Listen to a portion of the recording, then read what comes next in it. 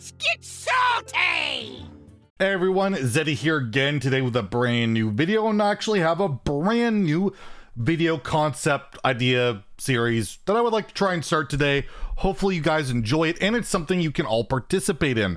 I'm not sure if you're familiar with honest cards. I've seen it on Reddit. I remember Crip reviewing them back in the day. I've seen other personalities do it, but haven't seen it in recent times, and I thought it'd just be a lot of fun to do these honest cards that basically say honestly what a card really does or what it really makes a player feel. And I started this Discord little channel over here. If you want to hop over onto my Discord, join it. You can submit your own honest card ideas, and if you guys like this video idea and I make more, I can feature some of your guys' submissions. But starting off, these are 15 of my own honest card submissions, my own ideas with my own terrible brand of humor. So hopefully you guys enjoy them.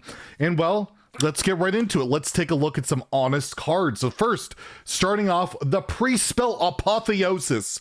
Let's be real, it's 3 mana and it makes an aggro player concede on the spot with its lifesteal impact. One of the most notorious priest cards right now, and well, it's one of the ones that you always hear aggro players wanting to get nerfed because, well, healing is just illegal and it's always attached to a big body or another minion, as we'll see later on.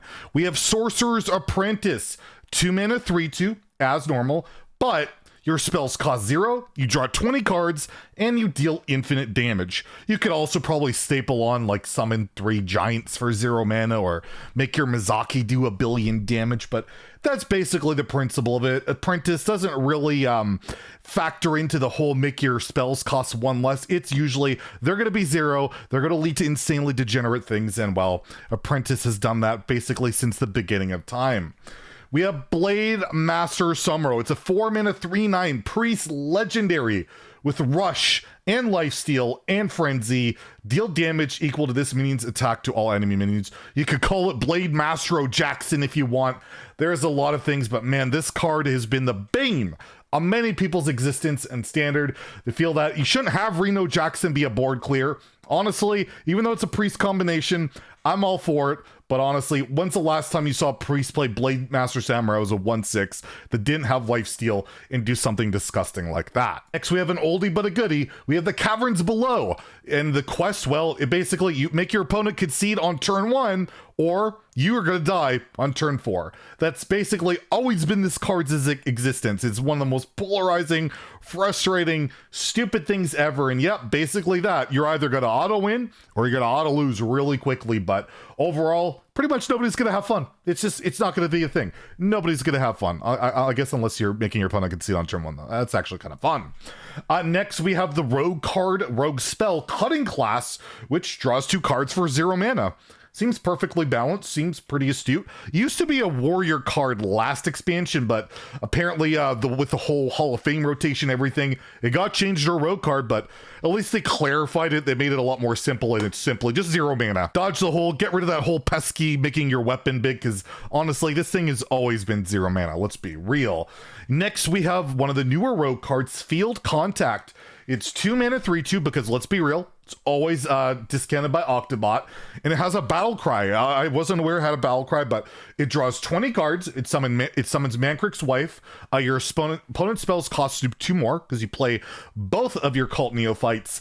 You freeze the board with your Brain Freezes. You remove the board with your Prize Plunders, and well, it's a pretty good card. It's not bad for 2 mana, and it's actually not even that great in Standard right now. It's a good deck, but it's kind of crazy that a 2 mana 3/2 that draws 20 cards and does all this stuff is simply like tier 2, tier 3.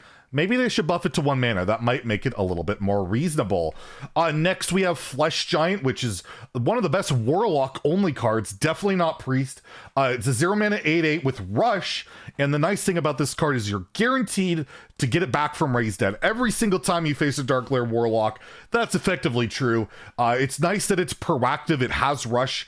That pesky broomstick doesn't need to be used. Oh wait, it always is. But regardless, that's effectively what Flesh Giant is. This is more of a wild meme because honestly, it should be a Hall of Fame card and not in Standard because, well, Warlock is not really a Standard class at the moment.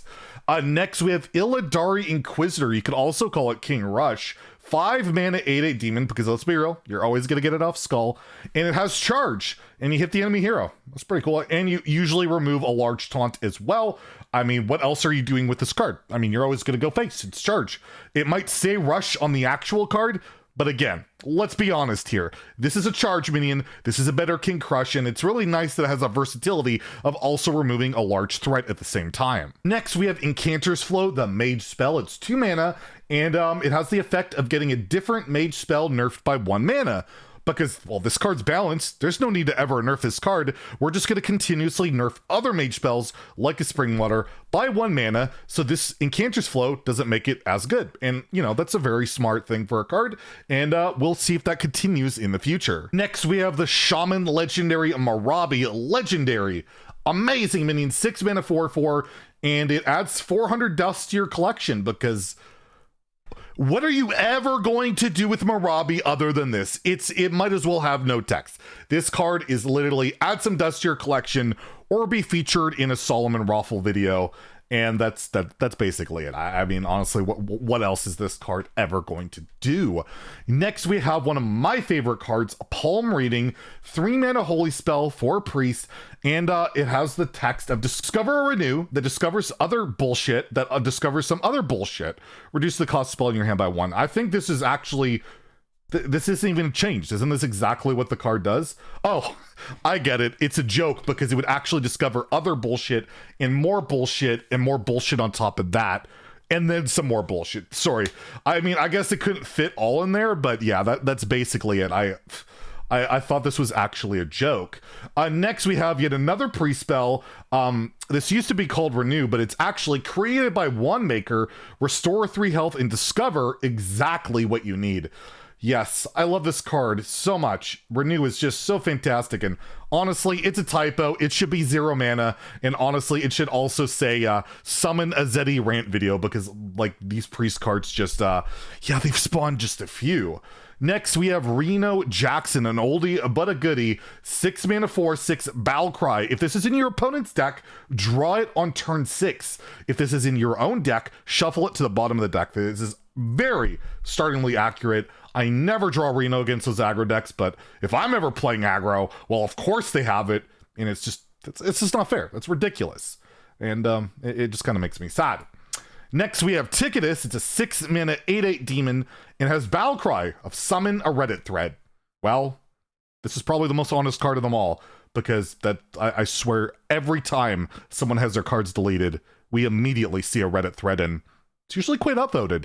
And honestly, I don't really blame people, because this card's kind of bullshit. And lastly, we'll leave off with one of the more iconic cards that recently rotated to, I guess, the standard, classic, basic, whatever you want to call it, legacy set.